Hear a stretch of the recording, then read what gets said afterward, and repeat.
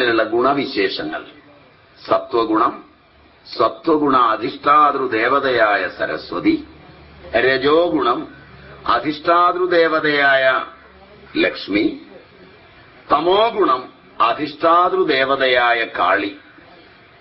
കാളിയെ ലക്ഷ്മി എന്ന്, മറ്റത് ദുർഗയെന്ന് അങ്ങനെ എടുത്താലും എളുപ്പമാണ്.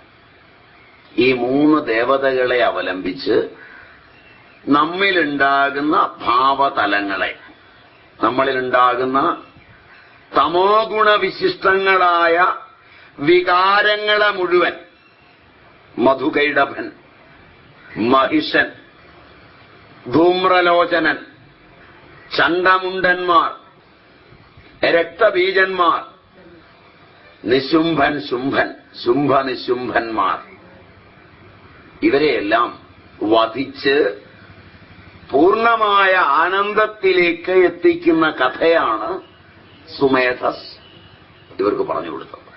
എങ്ങനെയാണ് അവിടെ എത്തുക, എന്താണ് അതിന്റെ ഉപാസനാമാർഗം? 3 പകലുകളും 3 രാത്രികളും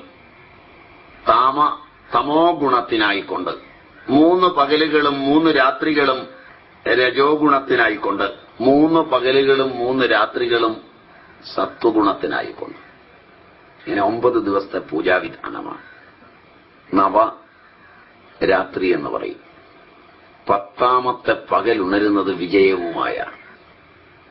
10ാം ദിവസം രാവിലെ ഗുണവിശിഷ്ടങ്ങളായിരിക്കുന്ന ഈ ആസുരി വൃത്തികളെ മുഴുവൻ ഉല്ലംഘിച്ച് ഉണർന്നു വരുന്നത് വിജയത്തിലേക്കാണ്. അതിനെ വിജയദശമി അല്ലെങ്കിൽ ദസറ എന്നൊക്കെ വിളിക്കും. കേട്ടിട്ടുണ്ടാവുന്നത്.